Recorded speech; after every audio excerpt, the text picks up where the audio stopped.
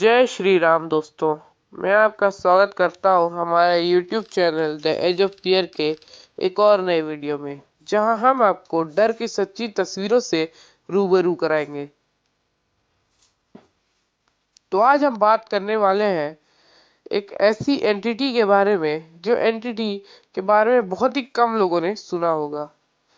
ये एंटिटी कचड़े में रहना या गंदगी में रहना बहुत ज्यादा पसंद करती है और इस एंटिटी का नाम है पच। इसका नाम जितना अजीब है, इस एंटिटी का रहन सहन भी उतना ज्यादा ही अजीब है। ये एंटिटी जल्दी किसी के पीछे नहीं पड़ती, लेकिन जब किसी के पीछे पड़ जाती है तो उसको उसको अधमरा कर ही के छोड़ती है और कई बार तो जान भी ले जाती है। तो आज हम बात करने वाले हैं ऐसे एक लड़के रोनी की, जो महज 8 साल का था और अपनी फैमिली के साथ खुशी खुशी बनारस में अपनी जिंदगी व्यतीत कर रहा था।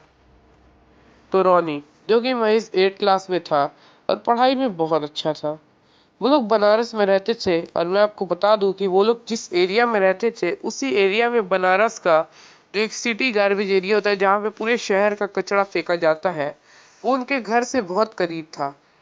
और वो जहाँ पे पढ़ता था, उसे ट्यूशन पढ़ने के लिए उसी गार्बेज वाले एरिया के ठीक सामने वाले रोड से गुजरना पड़ता था। तो अब ये बात होगी करीबन न्यू ईयर की, 31 दिसंबर की, जब वो अपने ट्यूशन गया हुआ था। वैसे तो उसके ट्यूशन सर ने छुट्टी दी हुई थी, लेकिन क्योंकि दूसरे दिन उसका मैथ्स का एग्जाम था और वो एग्जाम उसके लिए बहुत इंपॉर्टेंट था, इसलिए वो फिर भी अपने सारे सेलिब्रेशंस को रोक के पहले अपने सर के पास जाना प्रायोरिटी रखा। वो सर के पास गया और अपने सारी पढ़ाई लिखाई करके वापस आ रहा था। लेकिन इसमें दिक्कत ये हुई कि उसको आते आते करीबन 9 साढ़े 9 हो चुके थे। क्योंकि न्यू ईयर का दिन था तो शांति तो बिल्कुल ही नहीं थी। हर दूसरे तीसरे जगह सेलिब्रेशंस हो रही थी, इसलिए उसको कोई डर का माहौल वहां पे लगा नहीं। इसलिए वही बहुत एक्साइटेड था घर जाने के लिए और सेलिब्रेशन को वापस रिजॉइन करने के लिए। तो जब वो जा रहा था तो वही रोड में एकदम साइड में, जैसे कि मतलब कोई से वहीं पे फेंक के गया, एकदम लाल रंग की करीबन एक खरगोश जितनी बड़ी लाल पुड़िया में कुछ कुछ रखा हुआ था। और यहाँ पे रोनी सबसे बड़ी गलती कर बैठता है। दोस्तों, जैसा कि हम सब जानते हैं कि कई लोग ऐसे होते हैं जिन्हें जो करने के लिए मना किया जाए, वो उन चीजों को करने के लिए बड़ी क्यूरियोसिटी रखते हैं। रोनी भी करीबन उसी उसी टाइप का लड़का था और वो भी ऐसी चीजों में बहुत अपनी क्यूरियोसिटी रखता था। तो क्यूरियोसिटी के मारे उसने उस पुड़िया को लात मार दी। और ये अब वो उसने इतनी बड़ी गलती कर दी थी कि अब इसकी वजह से वो आगे चल के अपनी जिंदगी भी खोने वाला था। अगले दिन वो स्कूल गया, उसके एग्जाम्स भी बहुत अच्छे गए, इसलिए वो बहुत खुशी खुशी आया। और अब उसके फाइनल एग्जाम्स डायरेक्ट अगले महीने थे। और उसकी मम्मी भी बहुत दिनों से अपनी माँ के घर नहीं गई थी, तो उसकी मम्मी ने प्लान बनाया कि वैसे भी इसके पापा एक बिजनेस टूर पे जा रहे हैं, तो जितने दिन के लिए वो जा रहे हैं, हम लोग यहाँ पे अकेले क्यों रहेंगे, हम लोग भी रोनी की नानी घर चलते हैं। तो प्लान बना और रोनी के पापा मीटिंग में गए और ये लोग निकल गए नानी घर के लिए।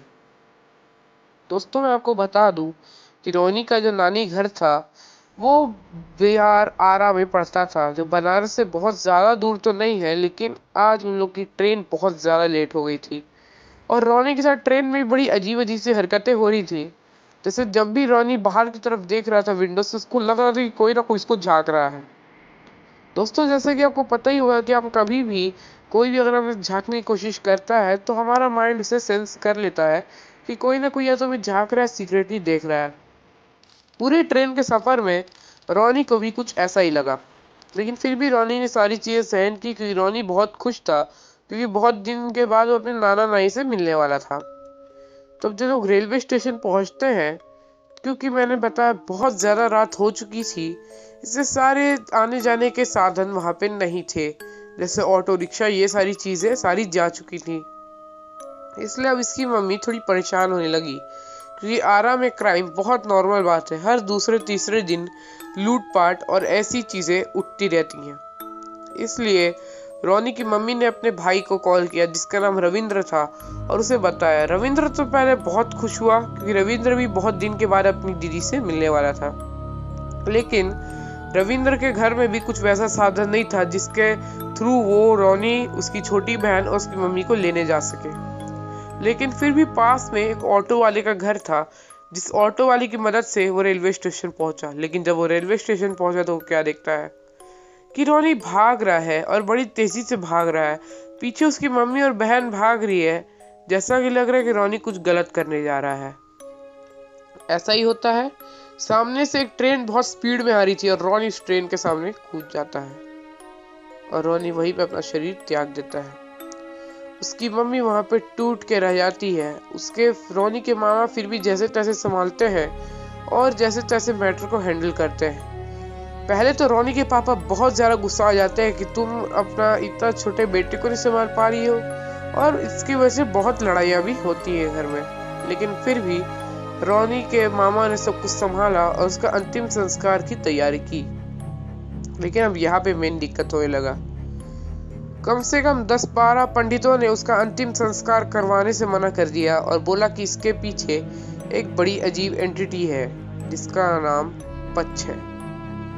ये एंटिटी इसके पीछे पड़ चुकी है और अब इसका अंतिम संस्कार जो भी करेगा ये एंटिटी उसके पीछे लग जाएगी। इसलिए आप बेहतर इसको पानी में ही बहा दीजिए।